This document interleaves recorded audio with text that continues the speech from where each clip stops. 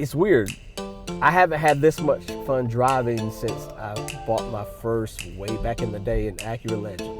And when I got this vehicle, just the thought of the technology, the way you drive, there's nothing like it. But yeah, I enjoy it. I like it. I enjoy driving again. It's just a different experience. This is Middle Tennessee Electric's Plugged In podcast. This podcast focuses on the world of electric vehicles. It is for all EV enthusiasts, whether you are an early adopter and have been driving an EV for years, or you're just starting your research, this podcast is for you. Hello, I'm Amy Byers, and welcome to Middle Tennessee Electric's Plugged In podcast.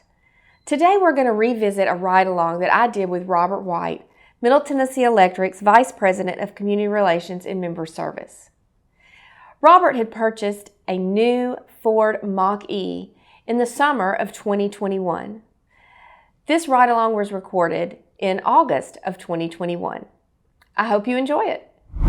So Robert, I appreciate you letting me ride around in your new car today and ask you some questions. All right. I was telling my husband when I was leaving the house, I was like, well, I'm gonna go ride around in a Ford Mustang Mach E, and he was a little jealous. So he works for Ford Credit, and he's been talking about needing to get this car for a while now. So I don't know, we may have one in our future, especially after today. So cool. I just want to ask you some questions, All right. some kind of specific to the Mach E, and so you can kind of tell us what it's like to own one and drive one. And Sure. I want to start with the question of why. Why did you choose the Ford Mustang Mach E? There's all these different brands, the Tesla, the Leaf, all the different brands that we have. So why the Ford? Why the Mach E? Well, I did. I looked at several EVs before making my decision. I believe in doing the research because any car purchase is a big purchase. And so you want to make sure you're doing it right and basically making sure that you get what you want. So I bet I watched 50 YouTube videos. I talked to my teammates who made EV purchases such as Glenn and Jay. And after several, I guess about a month and a half, I had narrowed it down to three. One was the Tesla Model Y, and the other was the new Volkswagen EV. And then the third was the Mustang Mach E. And I decided to go with Mach E for a couple of reasons, because I sort of had a budget in mind that I wanted to spend somewhere from about 35 to 45. And I wanted to have something that was a little, bigger. And so that got rid of the Tesla M3. And so it was between the Y and the Mustang and the Volkswagen. And I started looking, and thankfully I have a teammate, Renee, in Credit Recovery, who had a Mustang Mach E. And he said, Robert, if you want to see it, come by, you can see it, take a look at it. And so that helped as well. So I got online and started really looking at the Mach E and decided I wanted it for a couple of reasons. One is transition. Tesla, of course, everyone knows all about Tesla, but Tesla has that tablet, the one tablet. I wanted to make a good transition. And so one thing about the Ford Mustang is that you get the technology of the tablet. You actually get the two tablets. You get this tablet and this tablet here as well. But you also get to make the transition with the hardware buttons. So I get some buttons that I'm used to as I'm driving a gas-powered vehicle. I get to have the buttons for volume. I get to have windshield wipers. I have a door handle inside, and I can adjust my mirror and things that I'm used to, that I have muscle memory about. I got to have some of those, but I also get to have what's so great about having an EV. And so that pretty much narrowed it down to the Ford. Also the price point, I was able to find something within the range. What is the range? The range for this vehicle, because it's an all-wheel drive, is on the sticker. The range is for a fully charged battery, 211 miles. Okay. One of the things you find in all the YouTube videos is that Ford has a tendency to undersell the range. Tesla has a tendency to oversell the range. When I fully charge this vehicle, I can get up to 220 miles. Yeah. A lot more than 211. Yeah. And I haven't had any problems. I don't charge the 100% daily. I normally charge the 80 to 90%. I'll charge 100% if I'm going to do any traveling. And I actually traveled home to Johnson City twice over the last 3 weeks, and so I've had it on long trips and haven't had any problem. Haven't had any problems. So that's great. Does the EV version of the Mustang, does it have that speed and power that you don't have to demonstrate Right. it like Christy, but do you have that speed and power that you get with a traditional gas-powered Mustang? Yeah, you do, but it's different. And I know some of the research I found was that a lot of Ford enthusiasts, especially Mustang enthusiasts, were not happy with Ford. And they didn't like the fact that they were going to name their electric vehicle and give it the name Mustang. But it does. It has that typical feel with an electric vehicle. It will go from 0 to 60 in 4.8 seconds. And I've tested it, and it will. It has a get up and go to it that does remind you of a Mustang. But it is not a typical two-door GT feel of a Mustang. Right. As a matter of fact, Ford is coming out with a GT version this fall that is the closest resemblance of a Mustang. But it does have that power. It will get up and go. As I know, I've tested it a couple times at red lights or on the interstate.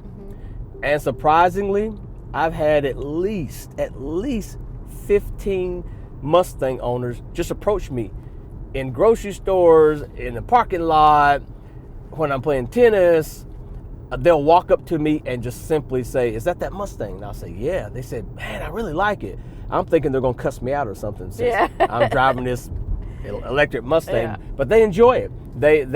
I've had Mustang owners actually drive beside me on the interstate, look at me like, "Let's race." It's like, no, I'm not going to do that. But they want to really test it out. And I've had them just show up. I've had them, it's almost like in slow motion. They will drive by my car, pull out their phone camera and start taking pictures. Goodness. Just taking pictures of the Mustang. And it's really weird for that to happen. Yeah. Is there any unique features about this particular, the Mach E, that maybe other EVs don't have? Now, you said that about the hardware buttons. The buttons you're used to, so you're not kind of having to relearn everything. But is there anything else that kind of stands out to you that you can think of that maybe this has that the others don't? Yeah, there are a couple things that I really like. One is that even though the style of this vehicle is considered a crossover, that's that new half sedan, half SUV type of style, the crossover. This is considered in that type of family, but yet there's plenty of room in that back seat. It is so roomy. As a matter of fact, I saw it is pretty roomy back there. I saw a YouTube video of someone 6'5" sitting in the back seat with room. Yeah, it is very roomy. I like that. I like the fact that I have this type of roof. I didn't even notice the roof. Yeah, it's a little different from Tesla. That is pretty cool. It's a little different from Tesla, the way it's designed, so it just goes all the way back. But that's pretty neat when it's raining. Yes, and it's tinted, so unlike the Tesla, I don't really feel as much heat. You're seeing a lot of Tesla owners get those, whether they're tinted or whatever, but I don't have to do that. I like that about it. I like the fact that, and this is going to sound weird, but when you think about making a car purchase, why do you get it? Because of convenience and how you live your life. Tesla, I'm an Android man. Tesla, they are working on this, but currently, unless the new S-Plaid has this, but currently Tesla will not allow you to use Android Auto or I think the Apple CarPlay. I can use Apple CarPlay or Android Auto in this vehicle wirelessly. I'm an Android man, so I have that on here. If my wife is driving, she can use Apple CarPlay. And you would think, oh, that's just minor. Well, no, it's not minor. If when you travel, you want to listen to music, you want to be able to use those nice apps that are very conducive to driving in the car, then I can do that. I can see these apps on here and maps and everything else, Spotify or anything else, podcasting, I can do that. It's an experience. If you're going to be traveling for 6 hours like I did that first day, then you want to be able to utilize that and really have a really pleasant driving experience. And so that was key to me. So you can set this up then for a profile basically for both you and your wife. That's so correct. when you get in, you can hit the Android and what you want, and then when she gets in, She'll have Apple CarPlay. She can just do that. So that's nice. Yeah. And I listen to their stereo system. They have a great sound system. Now I think this is Ford's attempt to get it right. Now, I did take a chance getting something first generation. And that is a risk. Yes. Yes. Getting something first generation. And that is so unlike me because I don't buy new cars. And so this was a first for me. But I've enjoyed the experience so far. So you haven't had any regrets? No regrets at all. Do I think that I'm going through some of the growing pains that Ford's going through with the first generation vehicle? Yes. As a matter of fact, I'll show you. I hadn't had anyone sit in my back seat until Saturday. When I went home, some of my siblings wanted to go for a ride. So I took them for a ride. I found out that Ford needs to work on some software updates because this big alert comes on when they get in there, use your seatbelt. When they get out of the car, the seatbelt alert, the notification doesn't go away. So that's going to be a software update they'll have to work on. These are things that I never knew because you're still getting used to using the car. I had never had anyone in my back seat until Saturday. So being a first generation vehicle, it's going to be, I'll have some quirks to deal with, but I'm still really, really happy with my purchase so far. Yeah. Well, good. So, we were talking, about maintenance and when you don't have to have oil changes and that type of thing. But is there things that you would have to have it worked on for? Is there problems that could happen? And if there is, I guess you always have to go back to the dealership, or are there mechanics? We have, when something goes wrong with our cars, there's mechanics all over the place, whether you go to the dealership or you go to somebody like Christian Brothers or, all the other little mechanics around here. But what do you do when there's a problem with an EV? Yeah. When I saw that question, I thought, wow, that's a heck of a question. That was a loaded question. I loved it. I loved it because that is so new. That is so new to folks who are purchasing, especially when you see now that they expect that EVs may make up about 20% of the market share within the next 5 to 10 years or more, maybe even higher. You're going to have that come up a lot because, can you go to someone else besides your dealership to maintenance? I'll tell you now, the word on the street, even for Ford, is that right now, even their own service departments are struggling with this learning curve. Because I know when I went in for a software update, they had to do a software update to get my mirrors to open and close upon locking the vehicle correctly.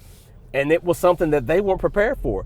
It took a couple hours because they had to find this software and figure out how to update it. And I think what you're going to find with electric vehicles is that it may not be, dealing with oil changes and things such as that, but it's going to be the software. It's going to be the technology. How well will service departments or third-party vendors be able to do repairs for EVs if they have access to technology and the latest software updates? So they're basically going to have to get like a geek squad at Ford. Like they have at Best Buy. Right. It really is because so much about this vehicle is based on software updates and maintenance updates. When I go in for my 10,000 mile maintenance at the dealership, most of it is about checking tires. Rotating the tires. It's weird. When I saw that list, I thought they're not going to do anything. It's really weird. Right now, I really love how this drives. I love the smoothness of the drive, and it's weird how they give you options to bring noise into the vehicle because an electric vehicle naturally is quiet. Right. So you have an option to make it loud. You have 3 options: engage, whisper, or unbridled. Unbridled will make it sound just like a regular Mustang. So that helps for the people outside. That benefit, because I remember, back, this is years ago, when the Leafs first came out, and when I would drive that, I was so nervous because it was so quiet, and I'm like, somebody is going to walk out in front of me, or somebody's riding a bike and they don't realize I'm coming. I was always just really aware of everything going on around me. So this is going to help that. This is going to give you a little noise for not so much for you, but for the people out. It's surprising though. I have the middle one, which is engage. Whispers is totally quiet. Engage is a little bit, and when I back up, I use the backup alarm sound for that reason because it's so quiet. But I don't use the unbridled, but I've seen where a lot of folks just love sound. And so they'll not only do it for folks to hear them, but they'll do it for themselves to simulate sound. doesn't bother me. I realize it's a quiet car. I like the quietness about it. It doesn't bother me. But one thing that EVs will do as well, I think it will set the bar on safety, because there are things that are so inherent to EVs that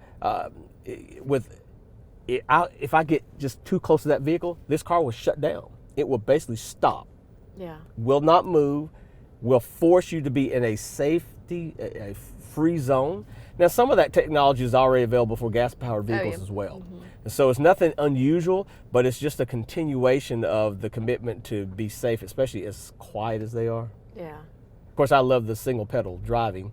My wife has been in this vehicle, and she will not drive single pedal. She will not do it. What do you mean by single pedal?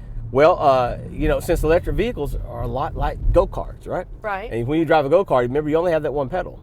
And when you come up off the pedal, it slows down. Oh, so you don't ever hit the brake? I don't use a brake. I'll use a brake if I need to brake quickly. But I normally never use the brake, because I just bring up my foot off the accelerator and it slows down. And if you take your foot all the way off of it, it will come to a complete stop. So does that, let me circle that back to the maintenance issues then. Does that mean that you're not having to replace brake pads as often as you would in a gas-powered vehicle? Exactly, because, I'm not leaning on the brake. Another thing it also does, it helps regenerate the battery, which makes it more efficient, which increases the range. Oh, wow. That's interesting. Yeah. So if you know someone, so say, my husband talks me into it, and I'm going to get an electric vehicle. What are some tips do you have when you're out there searching for an electric vehicle, whether it's the Mach E or any of the brands out there? What are some things you need to pay attention to? You need to understand how you live. Before I purchase an electric vehicle, I start thinking to myself, where does my family live? Okay, Johnson City. Where does my son live? He lives just south of Atlanta. Where do I travel when I want to go relax and have fun? What do? I spend a lot of time in Nashville. So I start asking myself, can I find a vehicle that will allow me to live my life the way I live my life? And does it have the range? I don't want to have to worry that if I decided to drive to Franklin to visit our Franklin office, like the other day, I went to Franklin office, I needed to go to Lebanon and Mount Juliet that afternoon. I didn't want to be afraid that if I drove to Franklin, that I couldn't make it to Lebanon, Mount Juliet, and back home. I could drive to Franklin, Lebanon, Mount Juliet, back home, no problem. No problem. And I don't want to have to worry about range anxiety, because range anxiety is for real. And I really appreciate the fact that the federal government, TVA, 7 states, they all realize we need to add more fast chargers to give people a chance to at least every 50 miles have a chance to charge up versus, purchasing gasoline. And so when that happens, more and more folks will get electric vehicles because they won't worry. But that is true. Know your life. Right. And then know what your budget is, because unfortunately, the price points for electric vehicles are still not where they should be. Yeah. We're hoping that over the next 3 to 5 years, you're going to see that come down, and it should, because more and more options, you're going to really see that happen. I'm looking forward to that as well, because then more and more folks will purchase them because they won't feel like it's such a huge luxury to have an electric vehicle. Well, last question I have for you. How does driving an EV make you feel? Well, it's weird. I haven't had this much fun driving since I bought my first, way back in the day, an Acura Legend. And I used to love that car. And I had an RL, and I really hadn't just enjoyed the thrill of driving since then. And when I got this vehicle, just the thought of the technology, the way you drive, there's nothing like it. I've enjoyed it. I just enjoy the driving experience in this vehicle. It's even telling me when I get too close to anything. But yeah, I enjoy it. I like it. I enjoy driving again. It's just a different experience.